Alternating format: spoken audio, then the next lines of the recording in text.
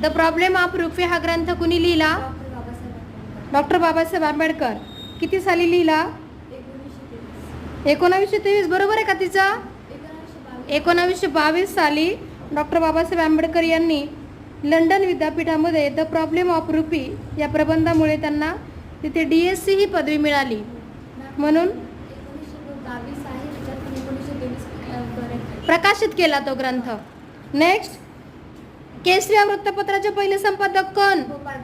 गोपाळ गणेश आगरकर.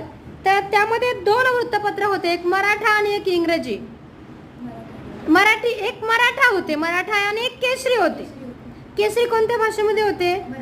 मराठी. आणि मराठा कोणत्या भाषेमध्ये होते? इंग्रजी. इंग्रजीचे संपादक कोण होते? लोकमान्य टिळक. आणि केसरीचे कोण होते? गोपाळ गणेश आगरकर.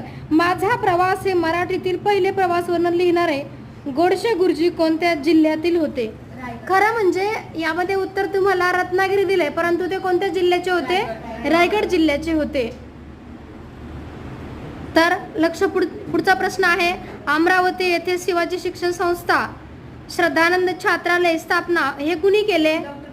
देशमुख. 2 ऑक्टोबर हा महात्मा गांधींचा जन्मदिवस कोणता दिवस म्हणून साजरा केला जातो? अहिंसा दिन. दक्षिण आफ्रिकेतून परतल्यानंतर